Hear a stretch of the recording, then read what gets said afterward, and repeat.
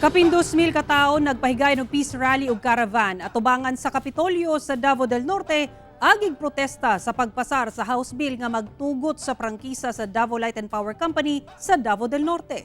Ang report ni Sheila Vergara Rubio.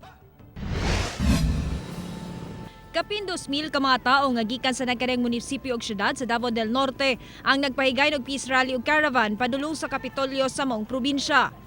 Tumong sa maong rally nga ipakita ang inapagbatok nga mahatagag prangkisa ang Davao Light and Power Company o DLPC nga mosuplay og kuryente sa pipila ka munisipyo ug syudad sa Davao del Norte. Nga sakop pa karon sa Nordeco o Northern Davao Electric Cooperative o kanhi Daneco. Subay kini sa napasar sa Kongreso nga House Bill 10554 nga pagpalapad sa prangkisa sa DLPC sa maong probinsya. Mga balaod nun nga nagtugot sa Nordico nga tapuson niini ang iyang prangkisa. Ang Nordico mahuman iyang prangkisa sa 2028. Ang reklamo sa mga konsumanting opisyales sa Davao del Norte kontra Nordeco nag-ugat sa kamahal sa rate ug siga palo nga koneksyon nga matud pa dili makasarang og supply sa kataas sa demand. Now, even in advanced countries, they are experiencing power interruptions. No? Kaya only the ERC, Energy Regulatory Commission, can confirm that Nordico is not compliant with the power quality standards.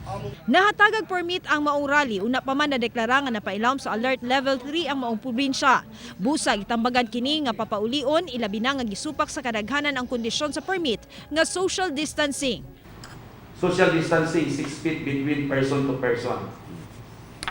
All attendees must be fully vaccinated against COVID-19. So pangayon nag-card ng diaro kung wala, that's a violation. Para sa tanan nagrally, kabalo ko binayra na tag 420 na ako'y naimbestigahan. Binayra na tanan. Kabalo ko kay ingon nila wa daw sila kwarta maunang ni-appeal sila sa rally kay sayang.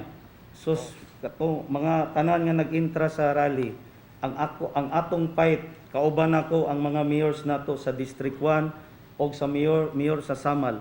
Ang fight nato against Daneco, Nordico, nga pobre kayo ang pag-deliver sa services ug mahal ang presyo, dili taw ni para sa moadoy, para ni sa inyong tanan. Midumili nga muluwat og pahayag ang DLPC kalabot sa maong rally. Kauban si Melchor Awing sa kamera. Ako si Sheila Vergara Rubio para sa One Mindanao.